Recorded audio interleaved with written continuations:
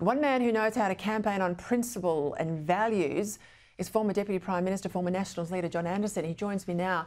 John, I thought it was really important that I talk to you, in part because I want your take on why the coalition lost as it did on the weekend, but critically, and we've seen this now for a number of elections, how does the National Party brand survive, indeed thrive, where its coalition partner does not?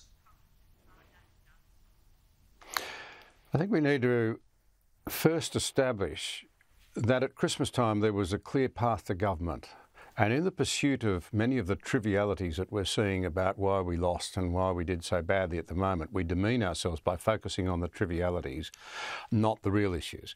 The real issues in this campaign failure was that there was no leadership in the critical areas that now threaten our very future as a prosperous and free society, internally and externally, and the Australian people knew that. I don't think there was a policy issue or indeed a day during the campaign when the coalition plainly won. Now, in the context of the arguments about whether we should continue with nuclear or whether we should be more woke or less woke or whatever, come to the National Party. And remember this, it led, I think, courageously and correctly on rejecting categorisation of groupings of the Australian people in the Constitution, the voice, and it got real about the need to ensure that we have reliable and affordable power, that is to say nuclear, and that is to their great credit. And it evidences that particularly in the productive regions of Australia, it's so important for the living standards we've taken for granted, that people actually are connected with reality. But this was a massive policy failure on several fronts: on defence, on economics, on cost of living, on immigration, on education,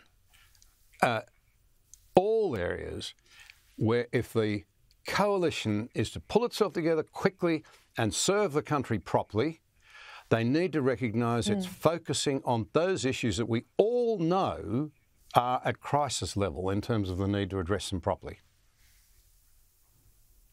Trump's a populist, as you know. I'm a conservative, you're a conservative. Some say the coalition was too Trumpian. Others are saying they weren't Trumpian enough. Give me your sense of how much he played into the campaign. Look, I think it was a good excuse for some people who wanted to hate. But I do want to make this really important point. The only response to an unstable world, a world where we're seeing the re-emergence now of big power competition, eerily reminiscent of the build-up to the First World War, is to ensure, like our forefathers did in this country when we were only 5.5 million people, that we do everything in our power to stand on our 2 feet, to run a strong economy, to engage our citizenry in the debates of the day, and to run a proper defence strategy, which now means supply chain security, it means cyber security, and it frankly means a lot more focus on defence. You won't have a country to argue about whether we should be more woke or more Trump or less Trump if we don't get real as a mid-sized, prosperous country with a lot of resources. And I still believe an outstanding populace about standing on our own 2 feet and behaving in a vastly more mature way than we have been. And that requires not just political leadership. To be frank, all of us as Australians need to say, we stand on the shoulders of giants. It's about time we stepped up so that our children can say the same about us. I'm going to have you back next week to talk about how we message our values, conservative values, to young people, because I know you do a huge amount of work in that area. But I'll leave it there for tonight. Thank you, John Anderson.